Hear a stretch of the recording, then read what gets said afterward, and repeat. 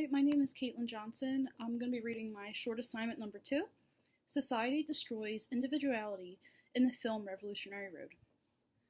In this essay, I'll be arguing that society stifles and destroys human individuality for the main characters, April and Frank Wheeler, in the film Revolutionary Road. The setting takes place in 1950s Connecticut and follows the lives of Frank and April Wheeler, an unhappy married couple looking to get more out of their dismal suburban lifestyle.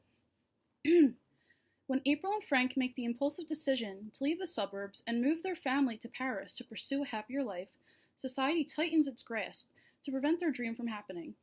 Society squashed Frank's plans of moving to Paris and finding himself.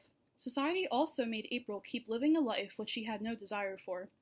Lastly, Frank and April's neighbor and realtor, Helen, contributes to restrain their individuality and influences them to live perfect lives. Frank and April Wheeler are two individuals who are stuck conforming to the 1950s ideal standards that neither of them are happy with. It is evident that society stifles and destroys human individuality when Frank's dreams of finding himself in Paris is sabotaged. When Frank and April began dating, April finds an old photo taken of Frank in Paris while he was in the service. Frank says to April, "I'm going back first chance I get. People are alive there. All I know now is that I want to feel things, really feel them. How's that for an ambition?" This was quoted by Frank at 22 minutes. April has a flashback to this time in their relationship and presents to Frank the idea of living there. April knows that Frank is bored of his job and desires more out of his life. Frank is a salesman at Knox Business Machines. He followed in his father's footsteps, which was never his plan for his life. He takes a lengthy train ride from Connecticut to Manhattan every day and is not being fulfilled with his career. He yearns for more. In Paris, he will be able to rediscover himself and figure out what he truly wants to do with his life. Realizing that they are not happy with their lives, April and Frank decide to go to Paris to be happy and forget their hopeless lives on Revolutionary Road. After Frank and April decide they are moving their family to Paris, Frank has to tell his boss and co-workers about his future absence. When Frank tells his co-workers about moving to Paris, they joke around and do not believe him at first. Soon after, they realize he is serious and they continue to question why he's going through with this insane idea.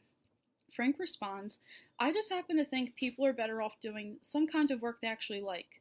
I don't think it's possible to discover anything on the 15th floor of the Knox building, and I don't think any of you do either." This is quoted by Frank at 33 minutes. His coworkers are appalled that Frank is going through with this and are disappointed by his ridiculing comment to them. Not too long later, Frank gets recognized for his work at the company, which causes complications with Paris. Bart Pollock, the head of Knox Business Machines, wants to meet with Frank to discuss his future with the company. With Paris still being the plan, Frank tells his superior that he and his family will be moving, and he will be leaving the company. Knowing that Frank has great potential to help the company, Bart offers him a lucrative job promotion to ensure he does not leave. Frank hesitates because he knows he will be happier in Paris and is thinking about what will happen if he turns down this promotion. "Frank, let me tell you something my father told me. A man only gets a couple of chances in his life. If he doesn't grab him by the balls, it won't be long before he finds himself sitting around wondering where he got to be second rate." This was quoted by Bart Pollock at 54 minutes. Bart knew if he offered this amazing promotion during this point in time, he could halt Frank and his family's plans of moving to Paris. He made Frank an offer that he simply couldn't refuse. Frank is now trapped at Knox Business Machines because he knows his coworkers will think he is absolutely insane to pass up this great promotion over the crazy idea of moving to Paris. Frank accepts the offer and abandons his dreams of starting a new life because he believes he has to uphold what society expects from him. It is also proven that society destroys individuality when the move to Paris being cancelled prevents April's plans of starting a new life for herself. April Wheeler was an aspiring actress who gave up her dreams to be a homemaker and raise her and Frank's children. April always wishes and fantasizes about a different life for herself. Although April loves Frank and her children, the married life is not what she thought it would be. The demand and duties of being a homemaker influence her idea of moving her family to Paris to pursue a better life. However, this new lifestyle will have some changes. Rather than Frank being the provider of the family, April plans to switch roles with him completely. April will take on a secretarial government job in Paris, while Frank has time off to find himself and figure out what he really wants to do with his life. Her plan of this new life is out of love for Frank, and because she thinks they both deserve to be happy. April says to Frank, "Our whole existence here is based on this great premise that we're somehow very special and superior to the whole thing, and you know what I realized? We're not. We're just like everyone else. Look at us. We've bought into the same ridiculous delusion, this idea that you have to resign from life and settle down the moment you have children, and we've been punishing each other for it. This is quoted by April at 29 minutes. April questions the expectations of society. She also is frustrated with how society expects mothers and fathers to take on these scripted roles, and if they don't, they are seen as outsiders. When April and Frank get excited about their plans of moving, they conceive a baby, which causes some complications. April thinks they can abort the baby without anyone knowing. Frank gets upset by this because he thinks it's unethical. April also questions the possibility of being pregnant while traveling to Paris and what would happen if she goes into labor.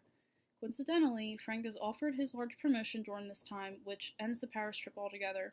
April is enraged and becomes deeply, deeply depressed because she wanted to leave their demanding life behind them and start new. I don't need everything we have here. I don't care where we live. I mean, who made these rules anyway? The only reason we moved out here was because I got pregnant. Then we had another child to prove the first one wasn't a mistake. I mean, how long does it go on? This is quoted by April at 1 hour and 4 minutes. April says this to Frank because she's unhappy with the expectation of the role of a homemaker. She's questioning how long this role will go on for. She's ready to abandon it altogether. This was never her plan to have another child and for Frank to continue working for his lousy company. I just wanted us to live again. I saw a different life. I can't stop saying it. Can't leave, can't stay, no damn use to anyone. This, again, is quoted by April at 1 hour and 15 minutes. April shares these feelings with her neighbor, who can see she is extremely upset over Frank and her change of plans. Due to Frank being forced into his promotion and the unexpected pregnancy, this halts their dreams.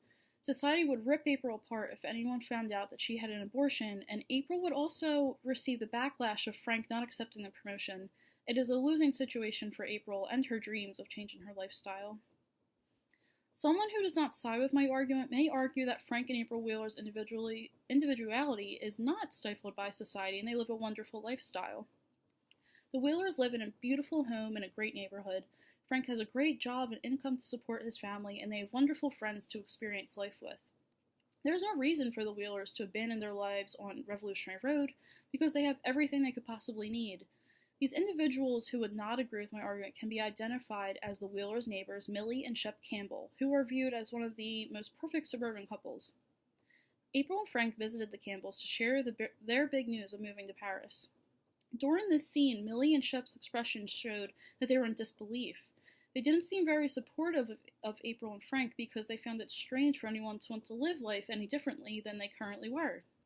In fact, they were heartbroken that they were planning to leave. That evening, Millie and Shep discussed the Wheelers' decision. I think this whole plan sounds a little immature, says Shep. Millie responds, Oh God, I'm so relieved. Me too. I was thinking that the whole time.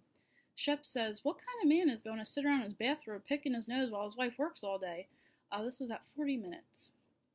Millie then begins laughing at Shep's joke of a comment, then continues to sob. She is disturbed that their friends are leaving them behind. Millie and Shep can't fathom why April and Frank would want to leave because they're such a likable and popular family in the neighborhood. Their suburban Connecticut neighborhood and Frank's job offers them everything they could need in life. There is no reason to wish and want more in life because they already have everything anyone could wish for on Revolutionary Road. To return to my argument, I want to highlight that Millie and Shep's views on life are wrong, and that April and Frank's dreams are still being stifled by society by their other neighbor and realtor, Helen. Helen Givings greatly extinguished Frank and April's individuality and may even be the primary influencer of conforming to society's expectations. When Helen met the Wheelers, she immediately showed them the property on Revolutionary Road, which is now their current home. Helen emphasized she wanted the most ideal family to live in this home and tells Frank and April that they're the couple that she has been longing for. She thinks they are more than perfect to represent the beautiful home. Helen was an influencer on purchasing this home and for pushing Frank and April to put on this mask as the perfect couple who lives in the perfect house on Revolutionary Road.